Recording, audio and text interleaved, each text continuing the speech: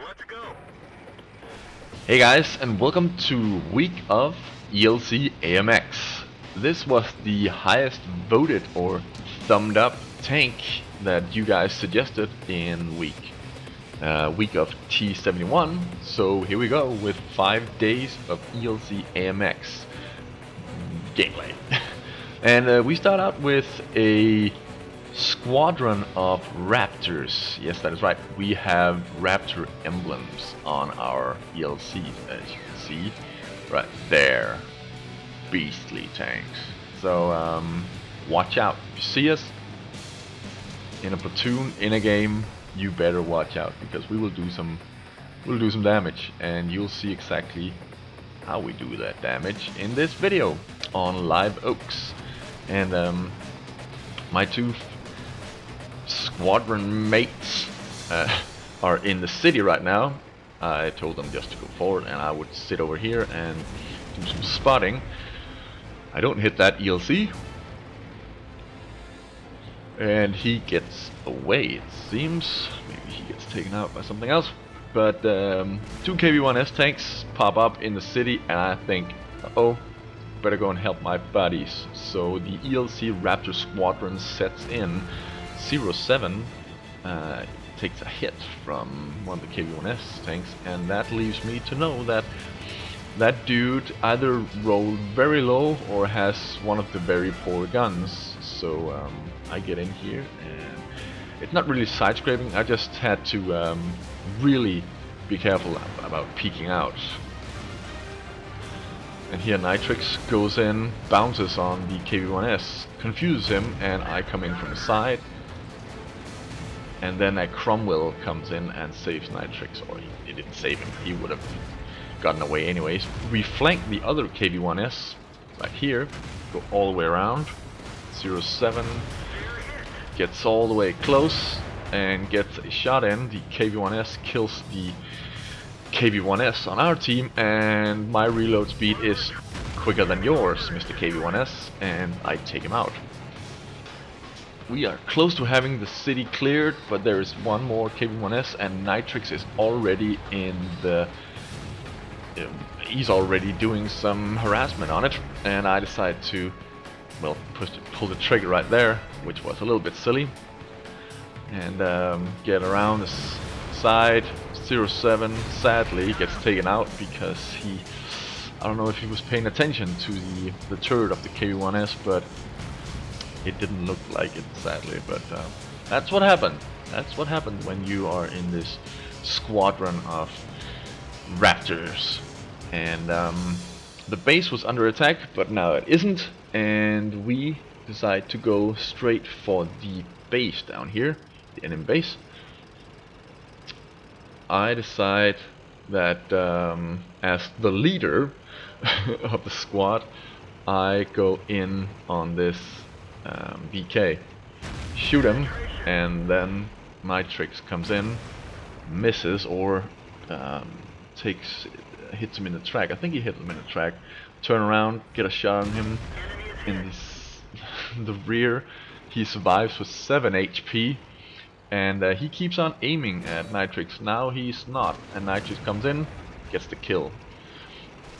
That is why you should always be looking for what the enemy is doing. As you saw, Nitrix was just circling down in the small dip down there. There's a few dips where or holes, and he just kept circling and was watching the VK-36 when he was ready to get shot. He waited for him to turn his turret. I get down here, take out the grill, and right now the enemy is riding cap fast, which means that they have either 1 or 2 tanks up in the base. I should have been staying in the cap right now. When the enemy writes this, it means they have tanks close by your base. I should have stayed in the base. This will actually cost us the game, so that is very annoying. And I was thinking about it, but then I forgot. No, I didn't really. I just decided that we probably could make it home if we needed to. We are pretty fast. I utilized the very low gun depression of the KV-1 to just kill him or hit him from behind. The grill takes out Nitrix, and yep, now there's 1 and 2 guys capping the base. We've had a T-150, a VK 3001P, and a T-150 close to the cap area, and none of them have gone to cap. None of them. Not even a single one. They all just scattered around, I think looking for artillery or something. And well, I try my best to get home, and you can see the timer there. I knew I wouldn't be able to come home in time, 8-6, and I decided just to try and take a shot. Hit the ground, and that was that.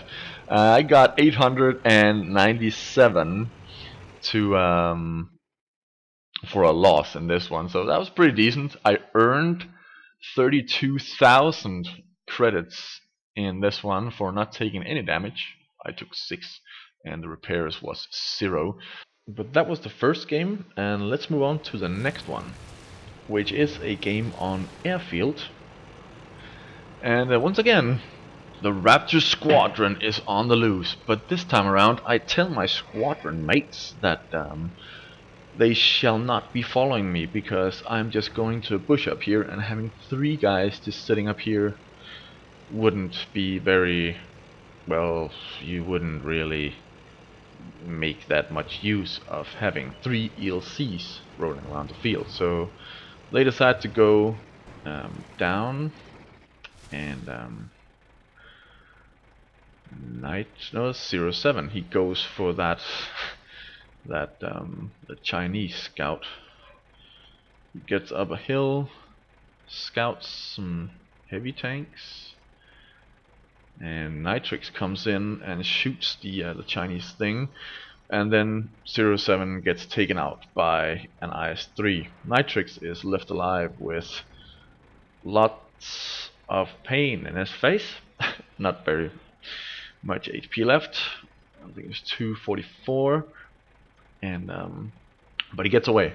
And I'm just sitting here right now. It's a very good bush to sit in. If the enemy decides to push in the beginning of the match, then you'll be able to light up the entire enemy team for a long period of time, and the artillery will be able to hit the enemies, and a lot of other stuff that comes through when your own heavy tanks don't move that much forward.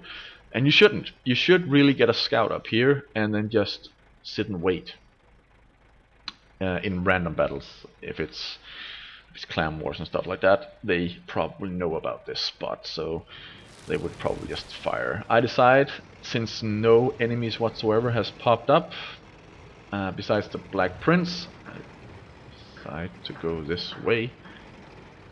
And I see that the Black Prince has very low HP, and I decide to aim for it. Nitrix comes swooping in and and kills it instead of me.